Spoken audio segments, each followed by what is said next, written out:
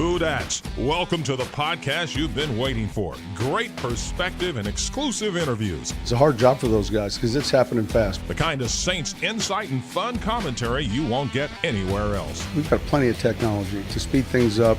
It's time to kick off your Been There, Done That Saints podcast, where we hand it off to our host, Mike Nabors, and Super Bowl winning linebacker, Scott Shanle. Proud of these guys. The second pick will be made by the Memphis Grizzlies, and that means that the number one pick in the 2019 NBA draft goes to the New Orleans Pelicans. The no call was months ago, but maybe that was redemption for the Big Easy. The New Orleans Pelicans getting the first pick in the NBA draft, and it's going to be Zion Williamson. We're going to delve into that as we welcome you into another Been There, Done That podcast. I am Mike Nabors. We're going to hear from Sean Payton talking about Zion, talking about the offseason message after that no call, and all the constant reminders from media types like me and Mike Triplett and Larry Holder, guys we've had on the show. We got to ask those questions. So Sean Payton addresses that. But first, let me bring in producer Justin Thomas and Scott Shanle. We took kind of a week off because we wanted to have our audience marinate over the greatest hits. The first 11 episodes, we had fun with that. But Scott, it'll never be a basketball town. For I know basketball has always struggled in New Orleans, and that was good news for the Pelicans. Absolutely. It's exactly what the city needed.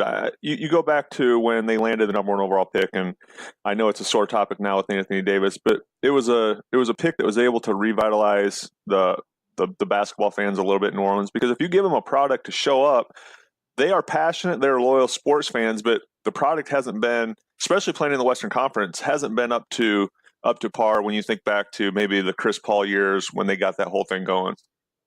Justin, you grew up in New Orleans. You have a lot of friends in New Orleans. What was basketball like growing up in New Orleans? Because Scott and I really can't identify with that.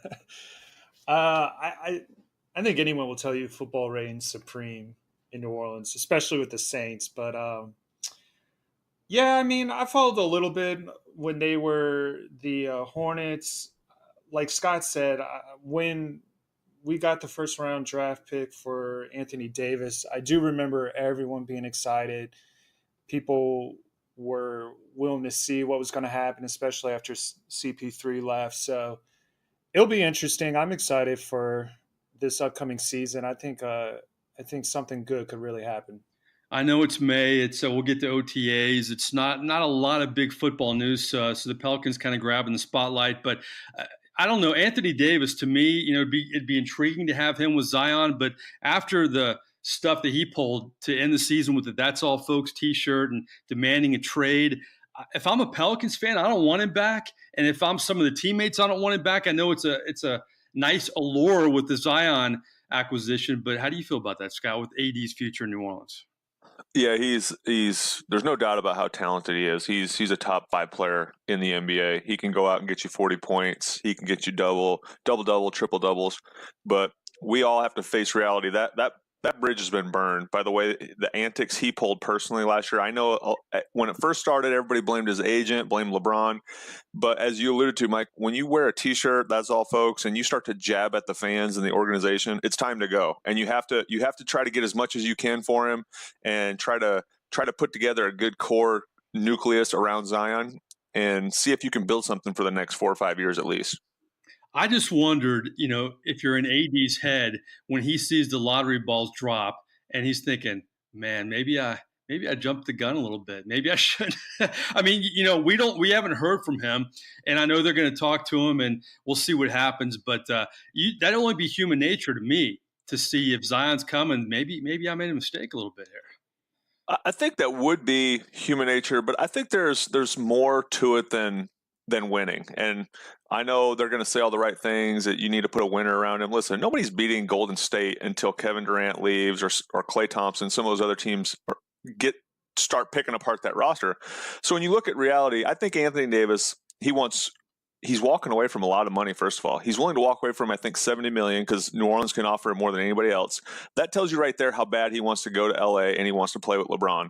I don't understand quite how you would walk away from that much money. You have one chance in your life to do it, but he must really want to live in LA, I guess, is the only thing I can think of. And I guess at that point, I mean, how much money do you need? And then maybe that's stupid because everybody wants more money. But those guys make so much money. I guess he wants to win, and he hasn't won in New Orleans, so I get that. But he could have handled things a lot better. Well, listen, this is a football podcast. Let's get away from basketball, but we will talk about Zion in terms of football. Everybody's kind of had fun with this, Scott. But what do you think, Zion? If the Saints suited him up, what position should he play? Without a doubt in my mind, and I'm surprised. I completely disagree with Coach Payton on his evaluation of Zion Williamson. To me, he's a tight end. Could you imagine? I couldn't imagine as a linebacker covering somebody that big and explosive. He's a more explosive version of Antonio Gates. And nobody said, hey, Antonio Gates, you should line up and be DN and be the next Lawrence Taylor. You should go out here and be a mismatch for all these linebackers and safeties. To me, Zion Williamson, you go in the cafeteria over there off airline someday when the Pelicans are sitting in there eating and you say, hey, buddy, we'll sign you to a contract. Give us 20 plays a game in the red zone predominantly. And you can double up. You can be Deion Sanders playing basketball and football. I think that'd be pretty awesome. And Breeze used to play with Antonio Gates in San Diego, so he's used to a guy like that. Well, here's what Sean Payton said when asked, what position would Zion play with the Saints? I think he'd be a defensive end. If you looked at his body stature, it's a higher paying position. Not as high as paying as what position he's going to play. That was Sean Payton at the Saints Hall of Fame golf tournament this week, weighing in on Zion Williamson. I tend to agree with my partner, Scott Shanle. Tight end, to me, that's a natural fit for him, especially with his athleticism. Well, let's stay on the defensive line. Some moves for the New Orleans Saints. Obviously, to me, you see Gerald McCoy's out there, and the Bucs are about to sign Ndamukong Suh. There's a lot of speculation on if Gerald McCoy would come into New Orleans. But when you look at the defensive tackle position for the Saints, Scott, Shelton Rankins, Sean Payton was asked about his progress, and he said it was good. And he knew Sean Payton wasn't going to say anything more than that. But you have David Onyemata. He could be suspended a little bit to start the season, but they've done a good job seemingly in free agency picking up Mario Edwards for depth, and, of course, Malcolm Brown coming over. And then cap space. But what do you think about the Saints adding a Gerald McCoy to the mix possibly? I think it all comes down to is the price. If the price is right, you get a talented player like that. The hard thing with guys like that who are top 5 picks, big time talents, they've made a lot of money over the years. It's hard to convince them to take a 1-year big time haircut in the salary unless they're all about winning. If he's all about winning and he sees the Saints as an opportunity to get a Super Bowl, and that's what he's been craving since he's been in Tampa Bay, since he's been in the NFL, you can get a lot out of those guys. But to me, I like the depth that the Saints put together at the defensive tackle spot. Sheldon Rankins really emerged last year. He'll come back from his injury. I think he'll come back in shape because he'll be rehabbing all year round. I think Sheldon is going to emerge as one of the better D tackles in the league. So I don't know if he needs a guy like McCoy next to him. I think he's able to handle that veteran leadership role the way it is. Yeah, and I think Gerald McCoy's past his prime, and whatever they're going to pay him is probably too much. Let's develop some of these younger guys and develop that depth. And they also picked up Wes Horton from the Carolina Panthers, a journeyman defensive end to kind of spot Marcus Davenport and Cam Jordan. On the offensive line, of course, the Saints are going to miss Max Unger, and they've drafted Eric McCoy, but they picked up 2 offensive linemen, Marshall Newhouse and center Ryan Gray. How do you see this offensive line right now, Scott? I mean, obviously they're going to miss Unger, but they didn't have a first-round pick. They don't have a lot of cap space, and I think they're trying to do the best they can to kind of fill the gaps here a little bit. I think that's the best way to look at it. They know what they had to do. Obviously, losing Unger is a huge loss. He's one of the better centers in the league from a leadership standpoint, from identifying the fronts to getting the linemen to know which protection, where they're blocking. When you lose that veteran leadership, that can sometimes be worse than losing physical traits.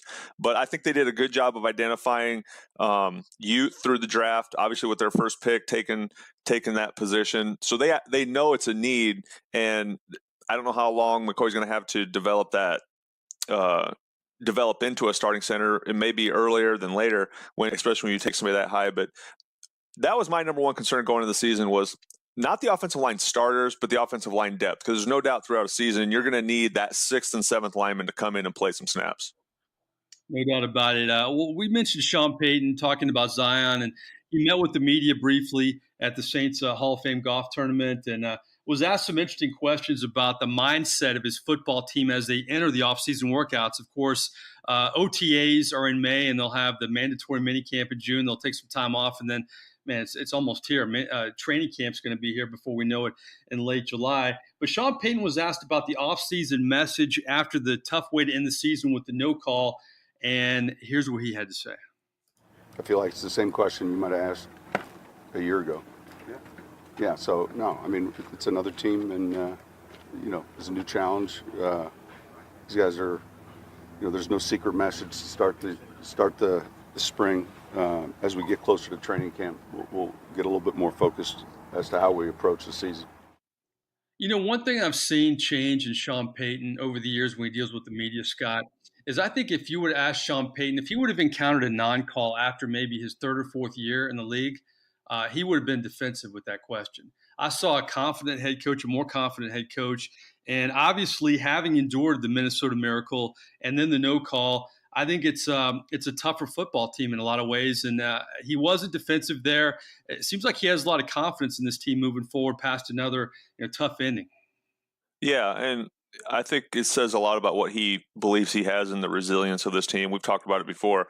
Losing that game to Minnesota and being able to bounce back, and should have been in the Super Bowl against the Patriots. No other team, to me, I don't think, maybe New England, mentally tough enough to bounce back from a loss like that to Minnesota, to pick yourself back up, come in, have a great offseason, put together a great season. So I think he feels confident from that perspective, and maybe that's the reason he gave the answer he did. And I also think that he's been around long enough. There's a lot of scars built up. He's probably at this point, he's thinking to himself, at this point, I've seen it all. I've seen a missed tackle on a Hail Mary play to end our season. I've seen a blown call to end our season. Yeah. What else can happen? And so all we have to do is just go out there and play football. And at this point, you hope for the best and hope it all turns out the way you want it to. And he's seen a whole miss season, too, with the whole bounty gate. I mean, yeah, he's run the gamut. And you know what? He was actually asked about that. Let me get your take on this. Interesting question by Fletcher Mackel. I thought that, in the Saints Hall of Fame now, he's seeing more people being inducted that he coached. And Payton kind of dismissed that. And he said, well, you know what? That's just because I've been around a long time. And he didn't want to take credit for that. But it goes back to what you said, Scott. When you've been around that long, you gain confidence. And I think you're just – the stuff doesn't bother you like it used to. It doesn't. Well, you get used to adapting. You get used to handling those emotions. Early on in your career, when you lose – the way they've lost, it takes you a while to get over losses anyways. But when you've had it happen to you, you have to find a way to cope with it, and you have to find a way to not have the poor me. Greg Williams always used to call it the disease of me, the disease of poor me. You have to get over it fast.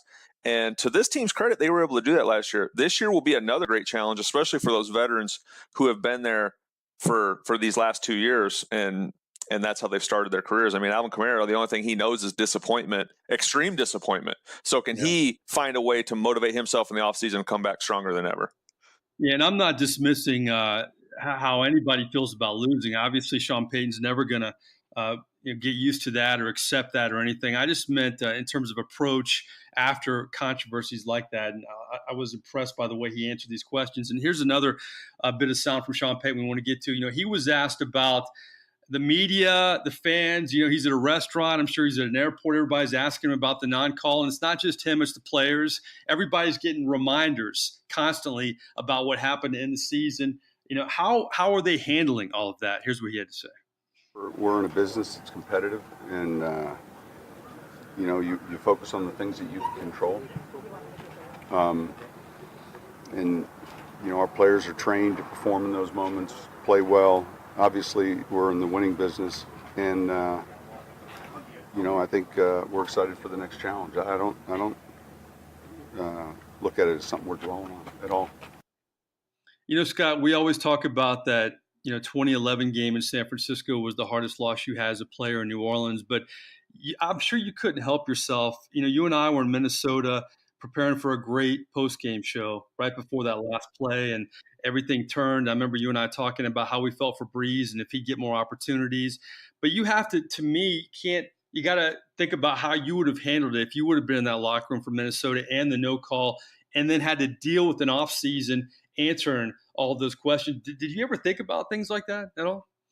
Yeah. I mean, truth be told, I still reflect on that San Francisco game, and every time I wear my ring, I think that I should have another one of these because we were the best team in the league in 2011. So for these guys, it will stick with them for the rest of their lives. And even if they win in a Super Bowl or or 2 Super Bowls, hopefully, they're going to think about the years that they felt like they should have had even more. And that's just human nature. And I put myself in that position. I told you, Mike, after we went to that Minnesota game and we saw that play, and we're standing on the sideline getting ready to go in the locker room and celebrate with the team, and then that one play happens and it changes everything. And as a player, I don't know how long that would have taken me to get over. And you allude to it, seeing Drew walk out of the locker room and seeing those guys who put in so much time and effort away from their families. And I know people always say, well, they get paid a lot of money, suck it up. Well, to their credit, they're getting paid a lot of money, but they also care a lot about winning. And that's hard to find. That's why you see a lot of busts in pro sports, is because once they get the money, they lose that competitive fire. So these guys have a competitive leader in them, and Drew Brees, most competitive person I've ever been around. And I think he's a huge reason why this team is able to continue to get up off the mat and continue to have success even with those disappointments. If you were a player, though, and it had gone through, you mentioned Alvin Kamara, this is kind of all he's known, like, Marshawn Lattimore, Ryan Ramczyk, the core of this seemingly still young football team. If that's all you know, and you're going through 2 off seasons like that, does that motivate you? Does it irritate you? Is it a combination? I mean, always kind of facing these questions from the media and feedback from fans. I mean, as a player, how do you think they feel? It comes down to each individual player. And as a player is either going to use it to continue to fuel them and push them, and they're going to think about when they're tired in the off season and they don't feel like working out, they're going to think about how close they were to victory. And that's going to fuel them. Or you're going to have guys say, you know what, I've pushed it the last 2 years, and what have we gotten for it? We've got nothing. So heck with it. I'll go on vacation. I'll sit this one out and hope everything happens for the best. Those are the 2 different mindsets that you get in players this time of year. So the one player that I can think of that I know is using it to fuel him is Michael Thomas. You just watch the way he does everything. I took my boys to the NFC Championship game, and I just said, watch him warm up. I mean, he warms up like it's the Super Bowl, the last play of the Super Bowl. So I know there's players on this team who are going to be driven by these last 2 seasons, even though they came up short. But it's up to those guys. It's up to guys like Michael Thomas to make sure they sniff out the guys who are throwing their hands up in the air and saying, "Oh, what the heck? We'll hope for the best." That's why Sean Payton makes the big bucks, because he's got to motivate that whole team. Because there is going to be I would think part of it does have problems getting over this. But to me, Payton, he has so many layers, like a lot of these head coaches. I mean, he's kind of stoic when he's asked about it in press conferences, but we know Sean Payton is anything but stoic behind the scenes. I mean, he brought out the cash last year. This is how much you get if you win the Super Bowl. Remember he buried the trophies one year when you guys won all the trophies the first year back in 2006. He's always doing something creative. To me, there's no doubt that Sean Payton's going to have something creative this offseason, because that's who he is. That's a part of him. Absolutely. He's the greatest motivator I've ever been around. And I think some of the things he learned from Bill Parcells, the gas cans in veterans' lockers, letting them know, hey, are you out of gas? Do you have enough energy, old man, to finish the season? Things like that guys find humorous, but it sticks with you. And that's the job of great coaches. They teach you the game, they inspire you, they motivate you. And a lot of it is just timing. And I think the one thing that Coach Payton has always done really well is he has a great pulse for his team. He knows where they are mentally. He knows when to push the button, what he needs to say, what he needs to do. And that's what makes great coaches so rare and so special. I think back to guys like Tony Dungy in Indy. He had Peyton Manning. They had a great run. They had some good years. Coach Payton, to me, is an all-time great coach because of his motivational tactics, his motivational skills. Not so much he's had great players, great talent, which he has, but it's all comes down to how he is able to get his team mentally ready every week and every year. And you know what? The timing of it's important, because you don't want to overdo it and be that guy that's always doing something, like that. But it seems like Payton always has the right timing when he does all this stuff. Yes, and that's the key to it, because if you do it constantly, guys eventually tune you out.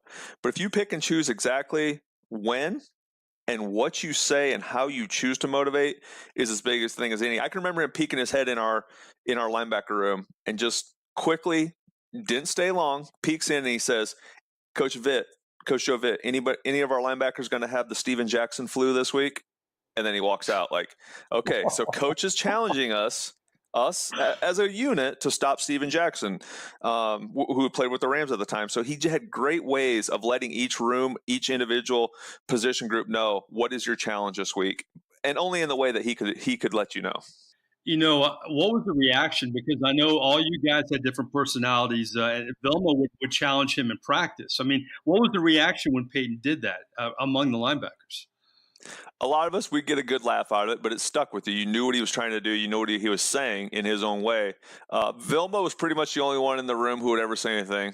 Hey, get out of here. We're trying to work. Him and Sean had that relationship that was very competitive, back and forth, competed every time we went one defense versus one offense in practice. They were always talking smack back and forth, but that made it fun. The competitive fire that Coach Payton allowed the defensive guys to have towards him and towards the offense is really what made us great. It was fun to compete against each other, knowing that he was trying to beat us in practice just like we were trying to beat him. I did a radio show recently, and they asked me what advice, like I would give advice to Freddie Kitchens. But I covered Freddie Kitchens when he was a quarterback at Alabama, and he was a party guy back in the day. It's amazing that he's, to his credit, now head coach of the Cleveland Browns. And I told him something that Sean Payton told me at the owners' meetings, probably after he'd been the Saints coach about 8 or 9 years. And I asked him, what have you learned about yourself as a head coach? And he told me, one of the first things he kind of learned is that he doesn't have to micromanage, that he has to trust his assistants and delegate. And I'm sure you saw that firsthand, that, when you're getting that opportunity to be an NFL head coach, you feel like you have to do everything because you want to be great. You want to succeed. But Sean Payton said he evolved and really had to, let his guys do it. And I thought that was interesting insight with him. And I'm sure you saw that. Yeah, that's what makes organizations, and obviously where he is now compared to where he was in 06, he probably had to micromanage a lot in 06 because he wanted everyone to understand exactly what type of organization he was trying to build. And then once we were lucky enough that he brought in good coaches who understood what he was trying to do, and as the years went along, you didn't see him have to micromanage quite as much. And then after the coaches have everything contained, you start bringing in guys and players who can police themselves. I felt like we always had a great locker room who could police the players in the locker room, guys who understood how to have fun, but not to go over the line. And we were all accountable to one another. So I think once you start bringing all those elements together, that's when you build a franchise who you can consider a winner every single year. And I've said it before, Coach Parcells and Coach Payton always said, every year, 32 fan bases feel like they have a chance to win a Super Bowl, when in reality, there's 6 or 7, maybe 8 franchises who are functional enough to actually do that. It's interesting you brought up Bill Parcells. Before we get to our more likely, I want to talk to you about, Sean Payton evolved, and you caught Bill Parcells when he had already evolved. It's not like you played with him when he was the head coach of the Giants with Phil Simms back in the day. But, we know so many similarities between Payton and Bill Parcells. But in terms of motivating, in terms of delegating, do you see a lot of similarities there too? Because both guys love to have their hands on everything. You know that. Yeah, absolutely. I see a lot of similarities, especially, like I said, in the personal player motivational department. There's a lot of carryover. I think Sean learned from Bill how to push guys' buttons and get them to play at the peak of their game. But the one thing that separates Coach Payton from Coach Parcells, and I enjoy playing for both coaches, but Sean is my all-time favorite coach because he was able to be that old school, hard-nosed, tough coach who sometimes you just hated, but at the same time, he was able to have the flexibility of understanding, hey, you guys have families, you have lives outside of football. How about we bring our kids in Saturday morning for a walkthrough? How about we have barbecues with their families in training camp once a year to break training camp up? Bill was not about that. Bill was about football 24/7, all that other family stuff. He would always say, you dealt with that on your own. And I think this is one thing that makes Coach Payton so special is he was able to be Bill Parcells when it came to football, but he was able to also understand the human and the family side element that we all dealt with outside the building.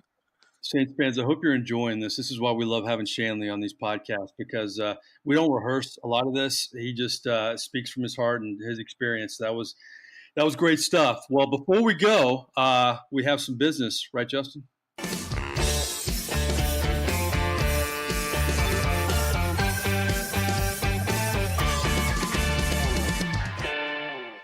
Sometimes we have guests. Sometimes we just toss around more likely amongst each other. 3 hypotheticals about football, about life, kind of like Sean Payton, man. We mix football and life, and more likely, just like he does in coaching.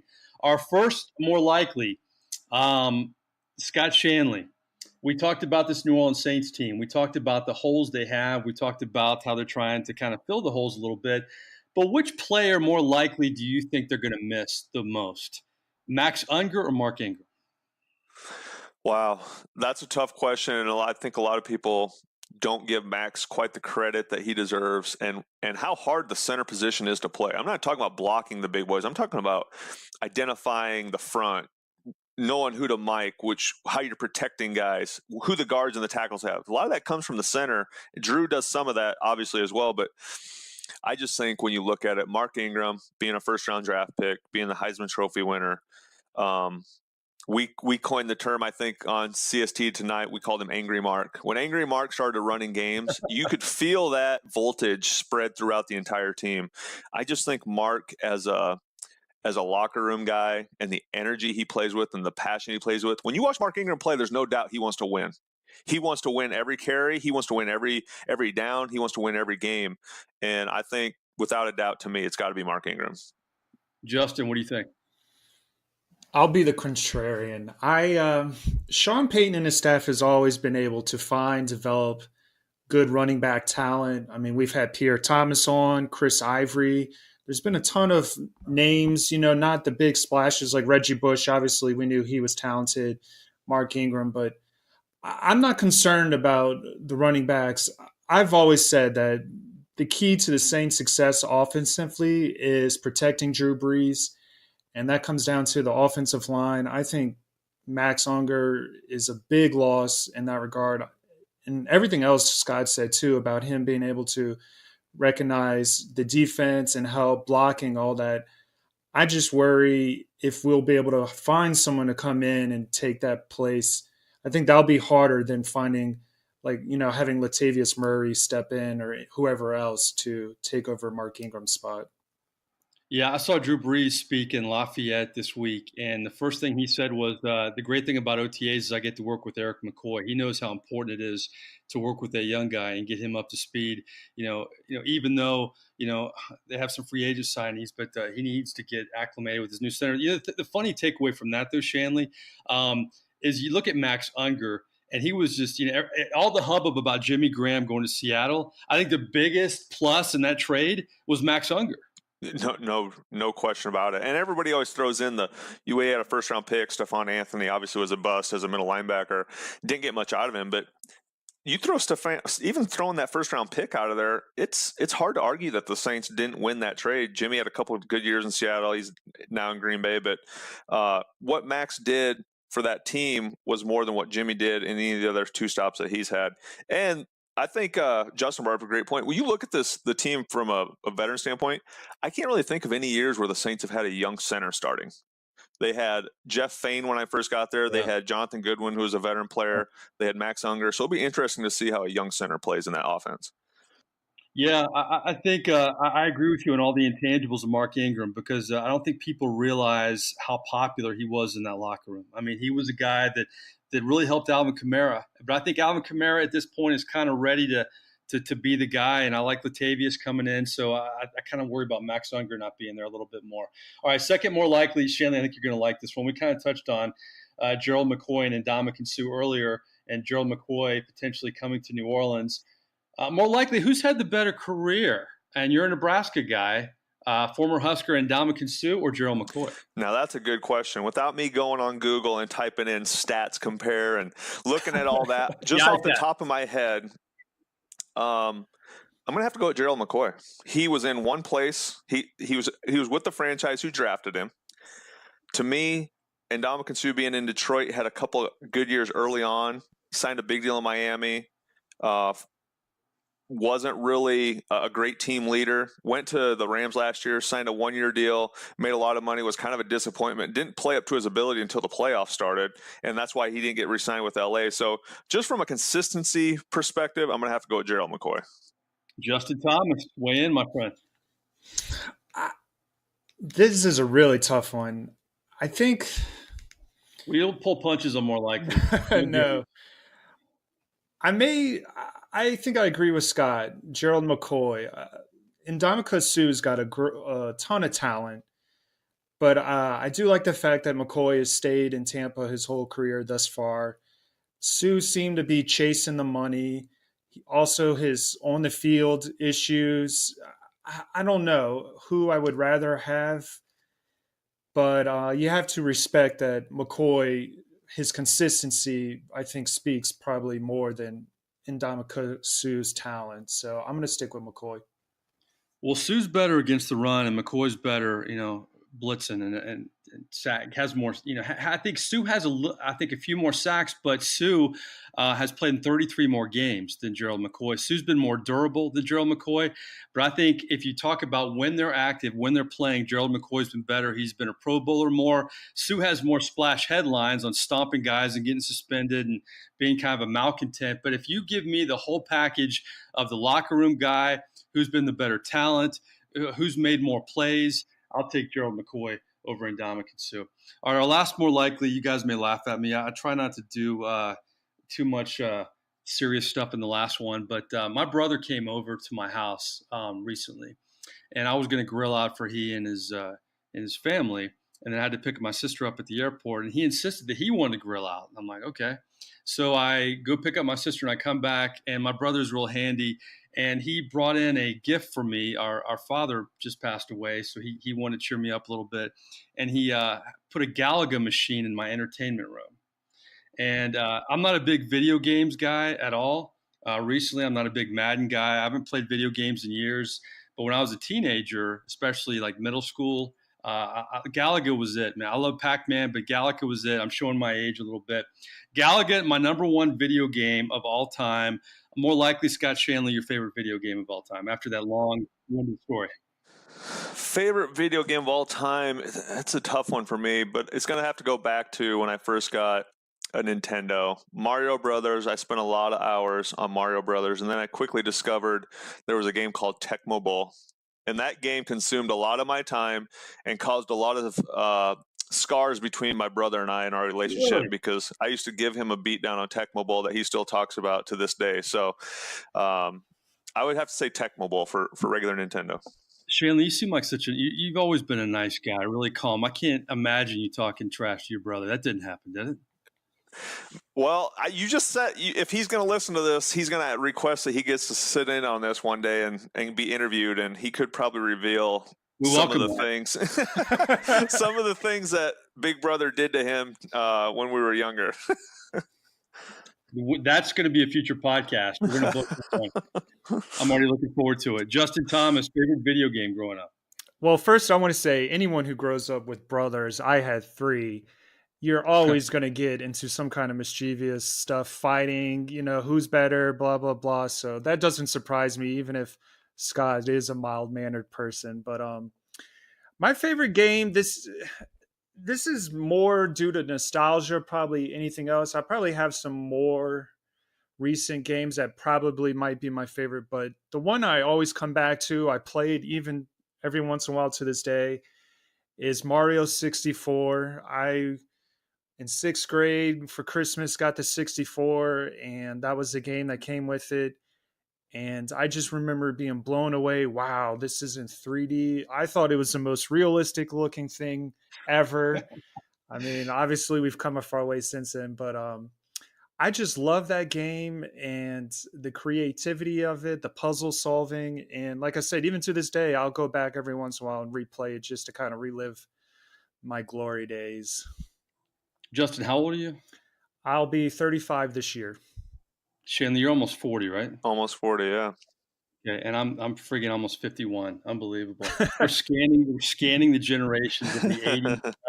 Did you guys like Galaga? Have you ever played Galaga before? I've heard of it. I have. I don't know for sure if I have. God, man. See, I never feel old, and then I get reminders like that. It's like an advanced Space Invaders, because Space Invaders was kind of lame, and they kind of took it next level with Galaga. So, all right, guys. Well, I appreciate you making me feel old, but we'll be back next week with more takes on the New Orleans Saints as OTAs continue, and the football season will be here before you know it. We really appreciate your support in this podcast. Getting more downloads each week. We're on a lot of platforms: Google, Spotify, Stitcher, Podbean, and iTunes. For Scott Shanle, my partner, and our producer, Justin Thomas, I'm Mike Nabors. This is another Been There, Done That podcast. We'll talk to you next week.